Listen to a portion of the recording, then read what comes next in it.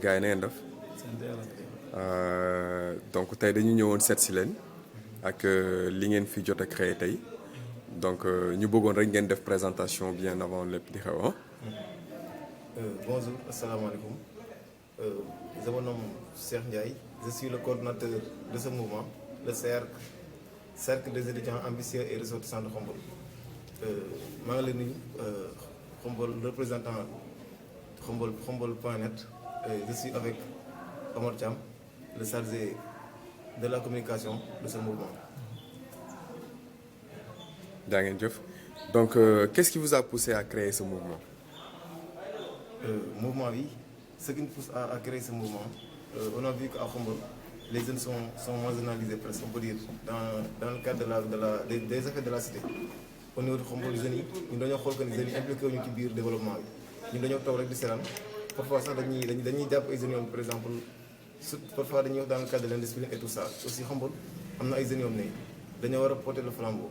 Aussi, d'impliquer dans le développement de Khombole, qui côté. C'est ce qui nous pousse. Ñu teg mouvement bi pour que ñun ñuy impliqué wu ci développement bi ba ñu nekk ay jeunes yoo xam ne dañuy taw rek di seetaan mais di impliqué wu ci développement bi daal. Ok donc on peut savoir quel est votre objectif. Bon comme ni ko Cheikh waxee parce que mouvement bi boo xoolee loolu moom moo gën a jub principal objectif bi je peux dire moom mooy ñu promouvoir leadership surtout ci jeunesse bi parce que waratuñoo nekk jeunesse boo xam ne dañuy toog di seetaan.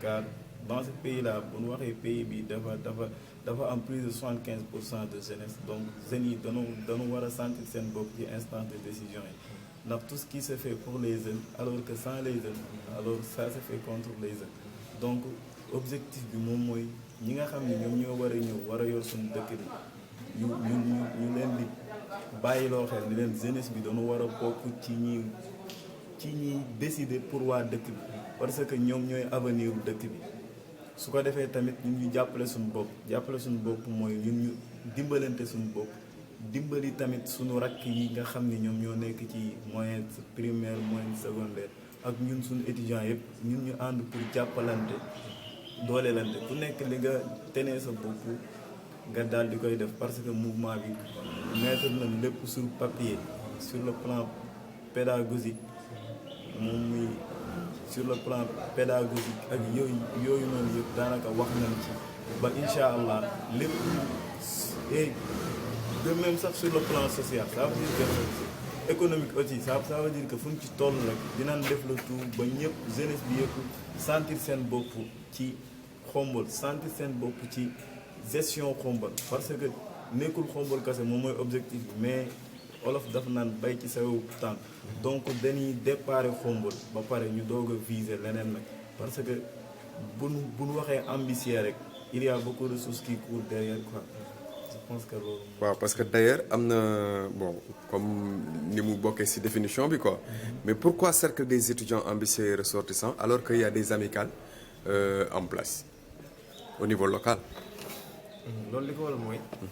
On a vu que les amicales c'est concentré pour la cause étudiantine parce que boo xoolee amicales yëpp ci loolu la ñuy dox nan la ñuy xool ba améliorer conditions étudiants yi.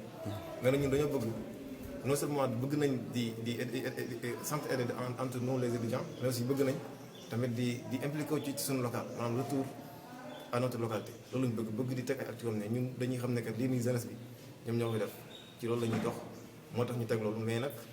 dañuy mettre en parallèle avec les amicales si bëgg nañ aussi amicales yëpp pas amicales yëpp sax mais étudiants yëpp intégré ci mouvement parce que tamit comme ni nga ko waxee léegi rek tout ce qui se fait pour la jeunesse sans la jeunesse est censé être contre la jeunesse donc ñu ngi taral loxo jeunesse bi yëpp aussi ñu intégré aussi nekkul étudiants yi rek ñoo war a nekk biir parce que boo xoolee suñu bureau ci biir élèves yi sax dañoo occupé ay postes rien que pour bëgg ñëpp képp koo xam ne jeune nga rek nga impliqué ci biir loolu moo waral peut-être ñu teg ko parce que tamit bu ne parfois ñu bëri dañuy poser question bi nga posé mooy lan moo tax amicales yi ak cercle bi mais cercle bi li ko tax a jóg comme son nom l'indique rek cercle pour regrouper ñëpp étudiants yëpp ci biir loolu moo tax. D'accord mais avant loolu man dama am benn question boo xamante ni bon c'est un peu personnel ah loo xamante ni dama bëggoon a xam ba xam est-ce que étudiants yëpp yi nga xamante ni ñoom ñoo les étudiants ressortissants de Khombole bien sûr yi nekk par exemple UGB Gaston Berger est-ce que ñoom ñëpp ñoo bokk ànd bokk même vision bi nga may wax nii. bon dëgg la quoi parce que au début pour à vrai dire étudiants yi ko sumb la plupart ñu ngi Université Cheikh Anta Diop Dakar mais y en a d'autres ñu nekk UVS aussi. mën naa ci citer Mbaye Ndiaye ko si. ça veut dire que nekkul étudiant Khombole yëpp. nekkul du moins étudiant Dakar yëpp.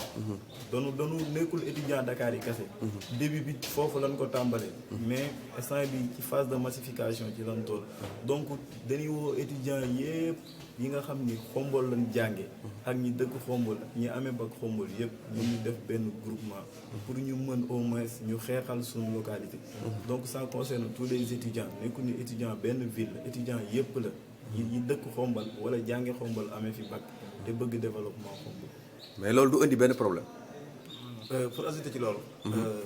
comme tey jii moo nekk suñu journée de lancement. parce que affaire bi ñu ngi ko teg depuis le 29 mars. 2021. mais tey jii dañuy doog a commencé. par exemple tey mën nañoo wax tey dañuy doog a commencé pour que nit ñi xam lan mooy CR ak la moo ko tax a jóg. mais nag on compte.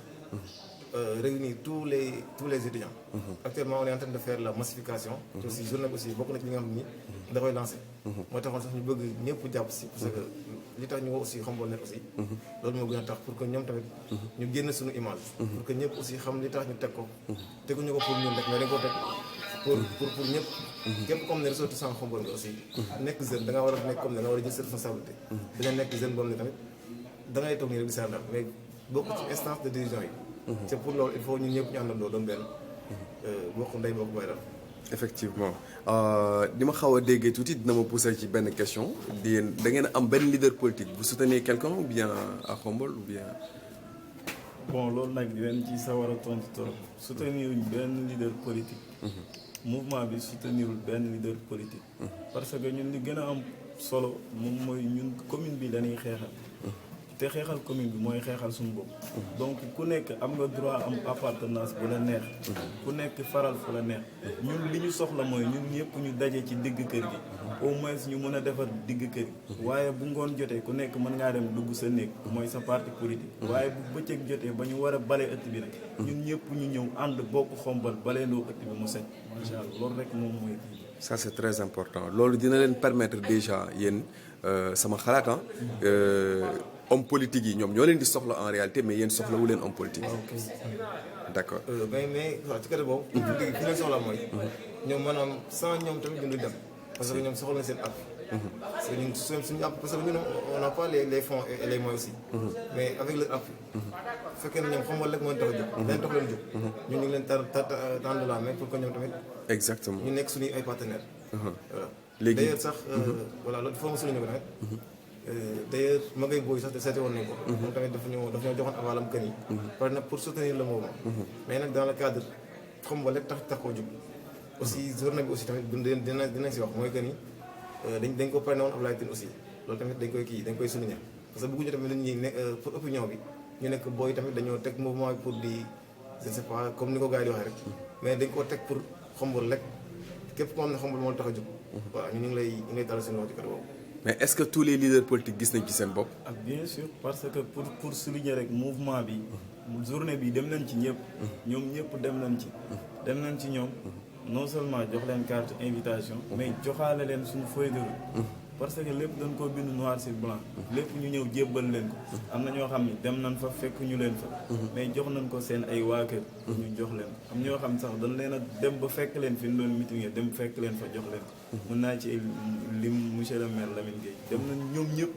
ñëpp dem nañ fa ku nekk ñu jox ça veut dire que donc ñoom ñëpp lan woo pour ñu ñëw jàpp.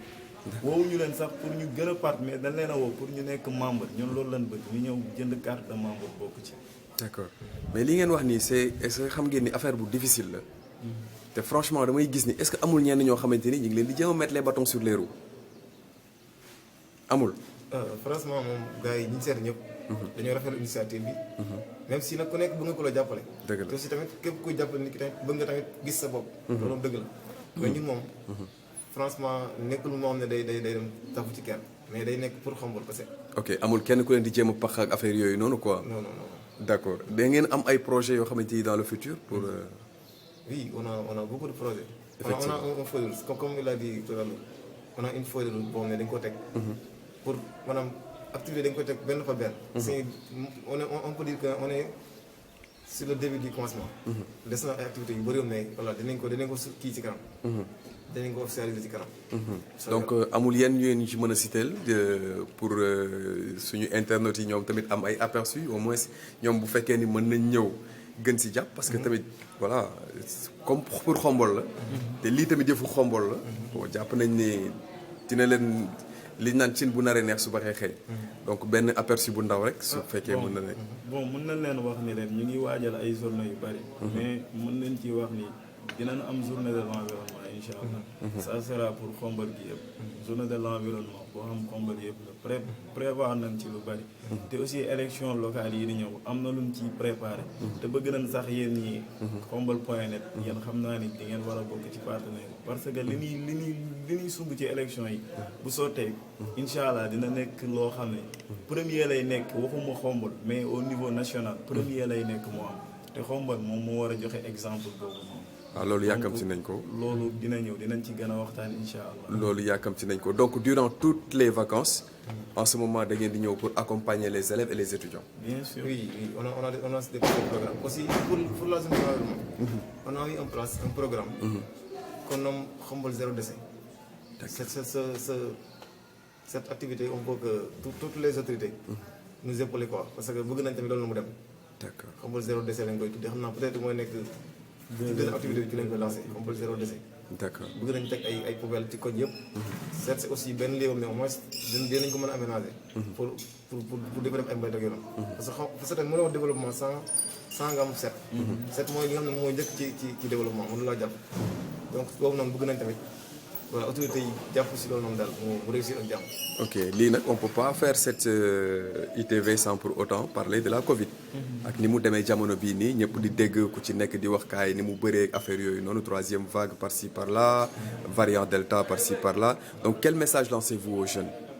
bon li ñu leen di wax moom mooy li gars yi yëpp di wax feebar bi amul ay tànk nit ñi ñoom ñooy dox di yóbbu feebar bi te olof danaan xoddeeku bala ngaa lakkale donc li ñu leen di wax moom mooy ñun ñëpp ñu xam ni lii feebar la boo xam ni amuñu médicament bu ko mën a faj te amuñu ay structure yoo xam ni mën naa prendre en charge tous les malades donc ñun lan moo war a nekk suñu solution ñu jéem a wax virus bi arrête li ñu koy waxee arrête mooy ñun ñëpp ñu booloo bokk benn objectif moom mooy man duma wàll kenn te kenn duma wàll boo nee duma wàll kenn te kenn duma wàll ça veut dire que yow di ngay jël say précaution ba doo nangu kenn ku lay wàll virus bi nga moytu rassemblement yi moytu lépp loo xam da lay jox virus bi doo wàll kenn tamit moom mooy nga jéem bañ a dem ci nit ñi ndax boo demee ci nit ñi am na nooy dem di nga dem wàll say waajur nga lor ay nit te loolu su fekkee ci diine la wala ci